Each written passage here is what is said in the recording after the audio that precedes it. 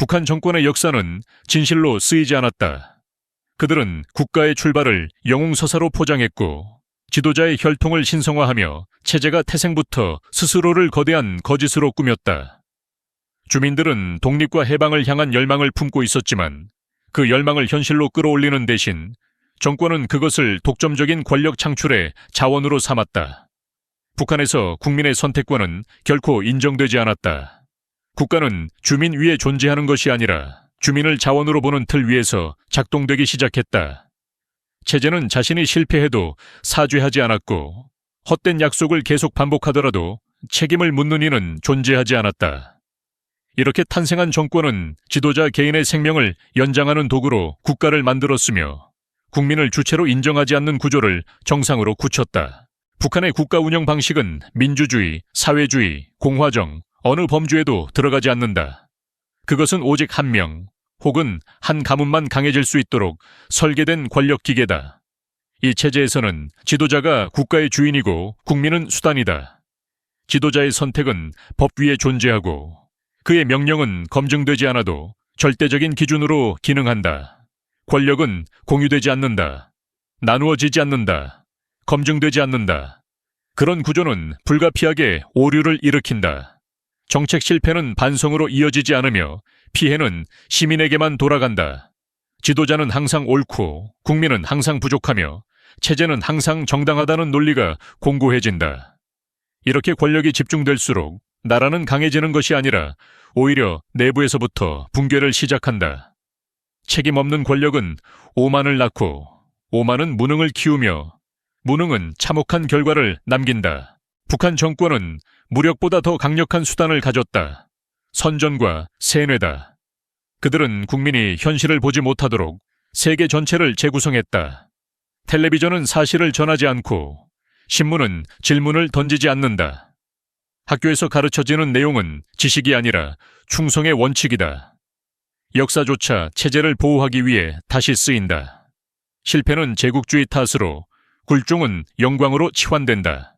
시민들은 더 나은 선택지를 상상할 기회조차 박탈된다. 외부 세계를 한 번도 본 적 없는 국민은 체제가 만들어낸 가짜 세계가 유일한 세계라고 믿게 된다. 이것은 단순한 속임수가 아니라 현실을 대체하는 폭력이다. 생각할 수 없게 만드는 억압은 고문보다 더 오래 지속된다. 결국 시민은 자유를 빼앗긴 것이 아니라 자유가 존재한다는 사실조차 잊게 된다. 북한에서 법의 역할은 보호가 아니라 통제다. 정권은 감시를 숭배하고 공포를 활용하며 처벌을 시스템의 중심에 배치한다. 사람들은 감시받는다고 느끼기 때문에 침묵한다. 감시가 실제로 존재하는지 여부는 중요하지 않다. 존재한다고 믿게 만드는 것이 목적이다. 사람들은 친구를, 이웃을, 가족을 의심한다. 작은 실수도 체제의 분노를 부를 수 있다는 공포 속에서 국민은 스스로의 언어를 검열하고 스스로의 생각마저 제한한다. 정권은 대규모 숙청 없이도 사회 전체를 굴복시키는 법을 배웠다. 공포는 단순한 도구가 아니라 생활 방식이 되고 침묵은 생존 전략이 된다. 그러 북한 정권은 국가 경제가 붕괴하는 와중에도 핵 개발을 택했다. 이것은 국가를 위한 선택이 아니라 체제를 위한 선택이다. 미사일이 날아갈수록 부엌은 비고 핵탄두가 정권은 핵을 방패라고 주장하지만 방패가 보호하는 것은 국민이 아니라 권력자다. 평화는 체제 평화는 사람들이 왜? 라고 묻게 만들고 질문은 의문을 키우며 의문은 결국 체제를 흔든다. 그래서 정권은 긴장을 원하며 위기를 필요로 하고 전쟁의 위협을 반복적으로 만들어낸다. 국민의 그러나 핵은 칼이다. 휘두르면 외부를 상처낼 수 있지만 언제든 되돌아와 자기 심장을 찌를 수 있다. 나라의 미래를 무기만으로 쥐고 있으려는 체제는 결국 무기에 의해 심판받는다. 북한 경제는 실패한 것이 아니라 포기된 경제다. 정권은 나라를 부유하게 만들려는 시도를 한 적이 없다. 왜냐하면 풍족함은 위험하기 때문이다. 배부른 사람은 생각하고 질문하고 비교한다. 그리고 결국 더 나은 삶을 원하게 된다. 그러나 정권은 그런 사람을 원하지 않는다. 정권이 원하는 국민은 생존에만 몰두하는 국민이다. 내일이 아니라 오늘 먹을 것을 걱정해야 하는 사람, 권리를 생각하지 못하고 의무만 수행하는 사람, 잠시라도 고개를 들면 생존이 흔들리는 사람. 그렇게 북한의 경제는 고의적으로 가난하게 유지된다. 식량난이 실수가 아니다. 경제 제재가 전부가 아니다. 단절된 경제는 체제를 훨씬 더 안정시키는 역할을 한다. 가난하면 분노할 수 없고 굶주리면 싸울 힘도 없다. 그래서 정권은 공업도, 농업도, 기술도 발전시키는 대신 모든 국민을 하나의 생존 게임에 몰아넣었다. 희망을 꿈꾸는 것이 아니라 오늘을 견디는 것이 전부가 되게 만들었다. 결국 경제 붕괴는 체제의 결과가 아니라 체제의 전략이다. 주민이 선택할 수 있는 길을 막고 스스로 자유를 찾을 수 있는 수단을 제거하며 타국과 비교할 수 있는 눈을 감기게 하기 위해 북한은 일부러 가난을 선택했다. 그러나 가난은 체제를 지키는 도구가 될 수 없다. 가난은 언젠가 절망을 양산하고 절망은 분노를 낳는다. 북한 정권은 굶주림을 통제하려 하지만 굶주림은 결국 체제를 삼킬 불씨가 된다. 북한 정권은 국경을 철로 막는 것이 아니라 정보로 막는다. 세계는 연결되어 있고 국가는 모두 서로를 관찰하고 배운다. 그러나 북한에는 세상 자체가 없다. 정권은 세계를 보여주는 창문을 봉쇄했다. 인터넷은 사라졌고 외부 방송은 불법이며 우연히 듣게 되는 라디오조차 위험하다. 국가가 국민을 보호하는 것이 아니라 국민을 다른 사상의 존재로부터 격리한다. 정보는 자유의 시작이다. 사람은 알게 되면 비교하고, 비교하면 판단하고, 판단하면 도망치거나 바꾸려 한다. 그래서 북한은 정보를 적으로 규정한다. 거짓 정보는 허락되지만 진실 정보는 금지된다. 국민이 모르는 한 체제는 안전하다. 이 봉쇄는 물리적 장벽으로 끝나지 않는다. 북한 정권은 사람의 머릿속에 벽을 세운다. 넘을 수 없는 장벽이 아니라 넘고 싶다는 생각조차 들지 않는 장벽. 그러나 봉쇄는 영원할 수 없다. 세계는 더 작아지고 정보는 더 좁은 구멍으로도 스며든다. USB 하나, 영화 한 편, 사진 한 장, 도심에서 들려오는 낯선 음악, 그 작은 진실 조각 하나가 사람의 세계 전체를 바꿀 수 있다. 북한 정권은 창문을 막았지만 빛은 원래 틈으로 들어온다는 사실을 잊었다. 봉쇄는 체제를 유지하는 도구가 아니라 붕괴를 촉발하는 지연장치일 뿐이다. 북한은 외교의 장에 들어설 때마다 평화를 약속하고 신뢰를 말한다. 그러나 그 약속은 실천을 위한 약속이 아니라 시간을 벌기 위한 연극이다. 수십 년 동안 북한 정권은 도발 대화 보상 파기라는 사이클을 반복했다. 전 세계는 이를 똑똑히 기억한다. 협상으로 얻을 것이 있을 때는 민족 단합을 외치고 이득을 챙기고 나면 즉시 벽을 세운다. 북한 정권에게 합의란 지켜야 할 약속이 아니라 언제든지 버릴 수 있는 자원이다. 약속할 때는 종이를 믿고 실행할 때는 미사일을 믿는다. 외교적 미소는 위장막이고 감춰진 진짜 표정은 냉소와 계산이다. 그들은 대화를 통해 신뢰를 쌓는 것이 아니라 상대의 신뢰를 이용해 이익을 취하려 한다.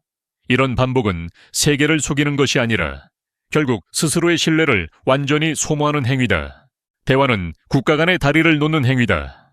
하지만 북한은 다리를 놓는 것이 아니라 상대방이 건너오려 할 때 다리를 폭파해왔다. 그러나 기만은 전략처럼 보이지만 실제로는 체제의 두려움의 증거다. 진실한 대화를 할 자신도 약속을 지킬 자신도 없기 때문에 거짓에 매달리는 것이다. 북한은 외부 세계를 적으로 세운다. 그들은 한국을, 미국을, 일본을, 심지어 중국조차 잠재적 위협으로 취급한다. 그러나 정작 북한 정권이 두려워하는 것은 무력 공격이 아니라 문이 열림이다. 문이 열리면 비교할 수 있게 되고 비교하면 체제가 정당하지 않다는 사실이 드러난다. 그래서 북한은 스스로 고립을 선택한다. 고립은 안전해 보이지만 실제로는 국가를 질식시키는 덫이다. 국제사회의 시장, 금융, 기술, 문화는 호흡해야 살아남는 공기 같은 것이다. 그러나 북한은 스스로 산소를 차단했다. 국가는 살아남더라도 국민은 서서히 질식한다. 이 고립은 정권의 자존심이나 국가의 독립을 위한 것이 아니라 오직 국내 현실이 드러나는 것을 막기 위한 보호막이다. 고립된 국가는 배우지 못하고 학습하지 못하며 성장하지 못한다. 정권은 변화를 막기 위해 벽을 세웠지만 그 벽은 결국 체제를 무덤으로 몰아넣는다. 정권이 모든 자원을 독식하면 국가는 기능하지 않는다. 북한의 국가기관은 존재는 하지만 역할을 하지 않는다. 경제부는 경제를 움직이지 않고 교육부는 지식을 심지 않는다. 국방부는 국가 방어가 아니라 정권 방어를 수행한다. 언론은 정보를 전달하지 않고 오직 찬양을 반복한다. 국가는 국민에게 봉사해야 하지만 북한의 국가기관은 국민을 통제 대상으로만 본다. 의료는 붕괴했고 교육은 정체됐고 법은 잊혔으며 기반시설은 저절로 썩어가고 있다. 그럼에도 불구하고 정권은 국가를 유지하고 있다고 주장한다. 그러나 유지되는 것은 국가가 아니라 체제의 껍데기다. 북한은 더 이상 국가가 아니다. 사람들이 사는 곳이 국가가 아니라 사람을 사용하는 곳이 국가라는 착각을 정권은 진리로 만들어버렸다. 그러나 국가의 껍데기는 내용 없이 오래 유지될 수 없다. 껍데기는 시간이 지나면 자연스럽게 부스러진다. 그리고 그 안에 남은 진짜 주인은 국민이라는 사실이 드러나게 된다. 북한 사회의 가장 큰 비극은 건물이 무너진 것이 아니라 신뢰가 무너진 것이다. 정권은 사람들을 굶게 하고 감시하게 하고 의심하게 만들었다. 이웃은 이웃을 믿지 못하고 친구는 친구를 두려워하고 심지어 가족마저 조심해야 하는 구조가 되었다. 이 체제에서는 존재하는 모든 인간관계가 감시망의 일부가 된다. 사람들은 서로를 바라보며 위협을 느끼고 말하지 않아도 긴장을 교환한다. 대화는 속삭임이 되고 속삭임은 사라지고 결국 남는 것은 침묵뿐이다. 공동체가 무너지면 사회는 존재할 수 없다. 마을은 더 이상 지지 기반이 아니며 학교는 지식을 나누는 곳이 아니라 충성을 새겨 넣는 장소로 변한다. 직장은 협업의 공간이 아니라 실수를 피하는 생존 장소가 된다. 이렇게 신뢰가 사라진 사회는 국가가 어떤 정책을 내도 함께 움직일 힘을 잃는다. 협력하지 않는 사회는 가라앉고 도울 수 없는 사람들은 소리 없이 쓰러진다. 북한의 사회는 의도적으로 파괴되었다. 사람이 당열할 수 있는 공간이 생기면 정권에 대한 비판이 싹 틀 수 있기 때문이다. 그래서 정권은 사람과 사람 사이에 벽을 세웠고 그 벽은 이웃을 미러처럼 반사시키며 자신의 공포를 다시 보여준다. 그러나 인간은 결국 관계 속에서 존재한다. 북한 정권이 이걸 아무리 부정해도 사람들의 마음속에는 잊히지 않는 기억이 남는다. 사람은 누군가에게 의지할 때 살아남는다. 그 기억이 깨어나는 날 북한 주민들은 더 이상 혼자가 아니다. 교육은 국가의 미래다. 하지만 북한은 미래가 아닌 복종을 양성한다. 학교는 지식을 가르치지 않는다. 세계의 발전을 설명하지 않는다. 다양한 생각을 허용하지 않는다. 북한의 교육은 철저하게 체제 유지에 맞춰져 있다. 교과서 속 역사는 진실이 아니라 도구이며 과학은 실험이 아니라 구호의 뒷받침이다. 학생들은 배우는 것이 아니라 주입된다. 고민하는 것이 아니라 암기한다. 이런 교육은 사고력을 파괴한다. 학생이 생각하는 순간 사회의 거짓과 모순이 보일 수 있기 때문이다. 그래서 학교는 질문을 금지하고 정답만을 강요한다. 그리고 그 정답은 항상 체제는 옳다라는 결론을 향한다. 지식의 부재는 곧 세계의 부재다. 세계가 존재하지 않는다면 비교할 대상도 존재하지 않는다. 따라서 학생들은 자신이 사는 현실이 최악인지조차 알지 못한다. 그러나 이런 교육이 남기는 가장 큰 상처는 꿈의 부재다. 사람은 꿈을 통해 미래를 만든다. 하지만 북한 정권은 꿈을 허락하지 않는다. 꿈이 있는 사람은 움직이고, 움직이는 사람은 변화를 만들고, 변화는 체제를 위협한다. 그래서 북한 정권은 아이들에게 내일을 주지 않는다. 그들의 세계를 오늘에 묶는다. 내일을 바라보게 되면 지금이 문제라는 사실을 깨닫기 때문이다. 하지만 인간의 본성에는 질문이 있다. 질문의 씨앗은 영원히 제거될 수 없다. 머리에서 지워도 마음속에서는 피어난다. 그리고 언젠가 그 질문은 세상을 바꾸는 말이 된다. 북한 정권은 종교를 금지했다. 왜냐하면 신앙은 체제가 아닌 다른 권위에 충성하기 때문이다. 사람이 신을 믿는 순간 지도자의 권위는 상대적이 된다. 그리고 상대적인 권위는 절대적 통치를 위협한다. 그래서 북한은 종교를 없애는 대신 지도자를 신으로 만들었다. 하늘을 바라볼 수 없게 하고 시선을 단 한 사람에게 고정시킨다. 그 결과 사람들은 창조자를 경외하는 대신 권력자를 숭배하게 된다. 북한에서 사상은 선택지가 아니다. 사상은 감옥이고 사람들은 그 감옥을 포기할 수 없다.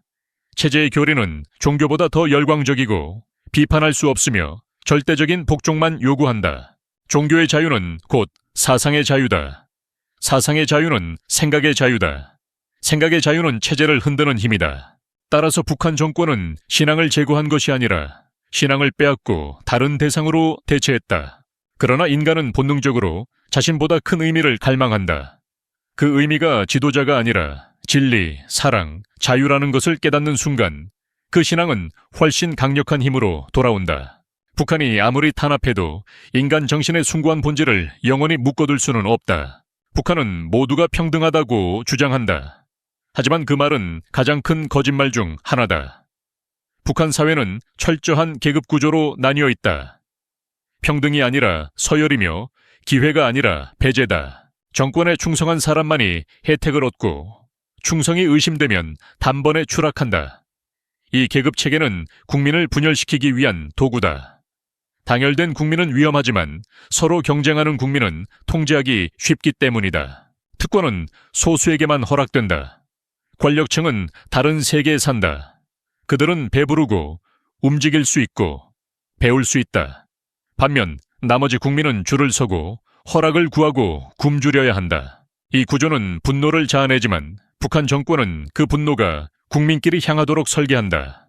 왜 우리는 굶는가라는 질문을 왜 저 사람은 나보다 많이 갖는가로 바꾸는 방식이다. 그리하여 분노는 체제를 향하지 않고 옆 사람을 향한다. 이는 정권에게 더할 나위 없이 유리하다. 국민이 서로를 공격할 때 정권은 책임을 피하고 권력은 의심받지 않는다. 그러나 특권은 오래 유지될 수 없다. 소수의 풍요는 다수의 빈곤 위에 서 있고 그 다수는 시간이 지나며 비교와 의문을 통해 깨어난다. 그리고 깨어난 다수는 어떤 체제도 버텨낼 수 없다. 북한 정권은 정권이 아니다. 세습이다. 한 사람이 아니라 한 가문이 국가를 통째로 점유한 구조. 그들은 권력을 물려받는 것을 국가의 자연스러운 운명이라 주장한다. 그러나 국가는 혈통의 소유물이 아니다. 국가는 국민의 것이다. 지도자는 위임받는 자이지 상속받는 자가 아니다. 북한 정권은 국가를 운영하는 것이 아니라 가문의 영속을 보장한다. 정책은 국민을 위한 로드맵이 아니라 가문의 생존을 위한 계산서다. 세습의 문제는 능력 없는 지도자를 배출할 수 있다는 데 있다. 유능함이 아니라 혈통이 기준이 된다. 국민은 투표할 수 없고 열망을 표현할 수 없고 지도자의 자격을 묻을 수 없다. 이것이야말로 국가의 정신을 말살하는 구조다. 세습은 과거의 유물이며 전제군주 시대의 잔재다. 그 유물이 현대까지 생존했다는 사실이 북한의 비극이다. 하지만 세습 체제는 언젠가 무너질 수밖에 없다. 왜냐하면 지도자가 태어나기도 전에 권력은 이미 부패하기 때문이다. 그리고 부패한 권력은 세대를 넘지 못한다. 다음 단계, 답장해 주세요. 북한 정권에게 국민은 존재하는 목적이 없다. 그들은 보호받는 대상이 아니라 사용되는 자원이다. 인권이라는 개념은 사라졌고 사람의 삶은 가치가 아니라 비용으로 계산된다. 개인의 의견은 체제의 적이 되고 개인의 자유는 반역의 씨앗이 된다. 북한 주민들은 말할 수 없고 선택할 수 없으며 움직일 수 없다. 체제는 사람을 기계 부품처럼 취급한다. 필요하면 사용하고 불필요하면 버린다. 탈북자는 배신자가 아니라 체제가 만든 희생자다. 북한 정권은 국민을 사랑하지 않는다. 국민이 없다면 권력이 존재할 수 없기 때문에 억지로 붙잡고 있을 뿐이다. 그들은 사람을 지키는 것이 아니라 사람을 감시하고 통제한다. 인권은 보편적 가치다. 하지만 북한에서는 그 가치를 입 밖에 내는 것조차 위험하다. 고문, 수용소, 공개 처벌, 이 모든 것은 거짓을 유지하기 위한 일상의 도구다. 정권은 안다. 사람을 짓밟으면 그 사람은 더 이상 저항할 수 없다는 것을. 그러나 잊는다. 짓밟힌 사람의 마음에는 언젠가 폭발할 분노가 쌓인다는 것을. 북한의 인권 문제는 단순한 내부 문제가 아니다. 그것은 체제가 국민을 어떻게 보는지를 드러낸 가장 명확한 증거다. 북한 정권에게 사람은 절대 목적이 아니며 오직 수단일 뿐이다. 그러나 역사는 언제나 사람 편이다. 권력은 무너지고 체제는 사라지고 남는 것은 사람이다. 그날이 오면 억압된 목소리 하나하나가 북한의 미래를 다시 쓰게 될 것이다. 북한의 가장 큰 비밀은 탈북이 존재한다는 것이다. 만약 체제가 정말로 성공적이었다면 왜 그렇게 많은 사람들이 목숨을 걸고 국경을 넘을까? 사람은 본능적으로 자신이 억압받고 있다는 사실을 안다. 그 억압을 말할 수도 없을 때 몸이 진실을 증언한다. 탈북은 체제를 향한 가장 강력한 투표이며 발로 찍는 불신님이다. 체제는 탈북자를 배신자로 부르지만 실제 배신자는 정권이다. 그들은 국민에게 희망을 주지 않았고 미래를 열어주지 않았으며 삶의 가치조차 인정하지 않았다. 사람들은 떠난다. 가족을 두고 고향을 버리고 모든 기억을 짊어지고 단지 살기 위해 떠난다. 북한은 탈북을 막기 위해 더 강한 단속을 펼친다. 그러나 단속은 문제를 해결하지 않는다. 체제가 국민에게 주어야 할 것을 주지 못했기 때문이다. 북한 정권은 사람들이 떠나는 이유를 외부 탓으로 돌린다. 그러나 진실은 단순하다. 사람들은 살아남기 위해 떠난다. 탈북자들은 살아있는 증거다. 그들은 권력을 향해 말하지 않았지만 그들의 발걸음이 외친다. 이 체제는 실패했다. 언젠가 북한은 떠나는 목소리가 아니라 돌아오는 목소리를 듣고 싶어질 것이다. 그러나 그날이 오기 위해서는 정권이 아니라 체제가 바뀌어야 한다. 북한의 가장 큰 적은 미국도 한국도 국제사회도 아니다. 내부다. 체제는 외부 위협을 강조하며 국민을 당열시키려 한다. 그러나 국민은 적이 아니라 체제가 지켜야 할 존재다. 그 국민이 외부를 두려워하는 것이 아니라 자국 정부를 두려워하기 시작하는 순간 정권의 정당성은 사라진다. 북한 내부에는 이미 균열이 생겨 있다. 배고픔은 체제에 대한 질문을 낳고 정보는 거짓을 의심하게 하고 세계에 대한 소문은 주민의 마음에 실체 없는 창문을 만들어낸다. 정권은 체제가 견고하다고 믿는다. 그러나 공포로 붙잡힌 체제는 단단한 것이 아니라 언제든 무너질 수 있는 불안정한 탑이다. 내부 붕괴의 무서운 점은 그것이 조용히 진행된다는 것이다. 갑작스러운 폭발이 아니라 서서히 체제의 움직임이 둔해지고 국민의 복종이 느슨해지고 공포의 효력이 약해지고 선전이 더 이상 신뢰되지 않는 순간 정권은 스스로 무너진다. 체제는 외부를 감시했지만 자신이 무너지는 소리는 듣지 못했다. 그러나 균열은 이미 시작되었다. 그 균열은 느리지만 확실하게 정권의 근본을 썩히고 있다. 북한 정권은 자신들이 고립되어 있기 때문에 외부가 간섭할 수 없다고 주장한다. 그러나 고립은 방패가 될 수 없다. 고립된 지도자는 마음대로 할 수 있는 것이 아니라 책임을 더 크게 지는 존재가 된다. 북한의 행동은 국경을 넘어 영향을 미친다.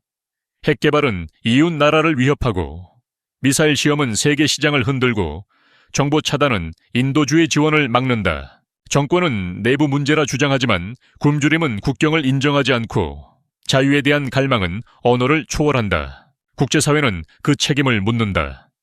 북한 정권이 선택한 길은 국민의 운명이 아니라 체제의 생존만을 고려한 길이었다. 북한은 선택했다. 그리고 선택에는 대가가 따른다. 북한 정권은 세계의 비난을 피할 수 없다. 그 무엇보다 중요한 사실은 북한의 고통은 북한만의 문제가 아니라는 것이다. 인류는 연결되어 있다. 체제가 국민을 억압하는 한 북한의 문제는 세계의 문제다. 북한 정권은 강해 보인다. 군사력도 감시도 선전도 갖추고 있다. 그러나 그 모든 힘은 취약함의 증거다. 강한 체제는 사람이 자유롭게 말할 수 있게 하고 다르게 생각할 수 있게 허용한다. 그러나 북한 정권은 사람을 억누르고 생각을 금지한다. 이는 굳건함이 아니라 두려움의 발현이다. 역사는 반복해왔다. 거짓으로 세워진 권력은 반드시 무너진다.